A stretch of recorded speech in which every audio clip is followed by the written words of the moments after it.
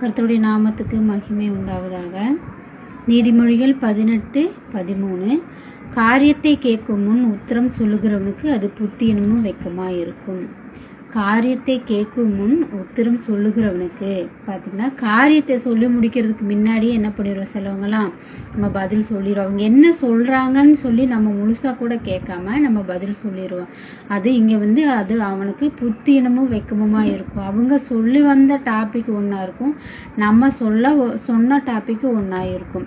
அப்போ இங்கே என்ன நம்ம பண்ணணும்னா, காரியத்தை கேட்குமோ உத்தரம் சொல்லக்கூடாது. அவங்க முழுசாக சொல்லி முடிக்கிற வரைக்கும் நம்ம வெயிட் பண்ணி அவங்க பேசின டாபிக் இதுதானான்னு புரிஞ்சதுக்கப்புறம் தான் நம்ம பதில் சொல்லணும்.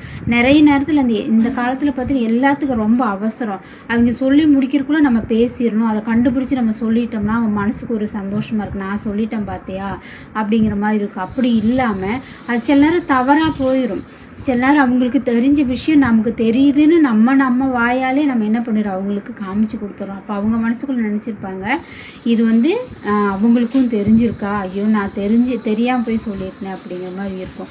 அந்த மாதிரி இல்லாமல், அவசரம் இல்லாமல் யாராவது ஒருத்தர் காரியத்தை ஏதாவது சொல்ல வந்தாங்கன்னா அதை முழுசாக கேட்டுட்டு அதுக்குண்டான பதில் சொல்லணும். இல்லைன்னா காரியத்தை கேட்கும் முன் உத்தரம் சொல்லுகிறவனுக்கு அது புத்தியினமும் வெட்கமாக இருக்கும். அது என்னவாகும், நமக்கு ஒரே ஷேமாக போயிடும் இல்லையா?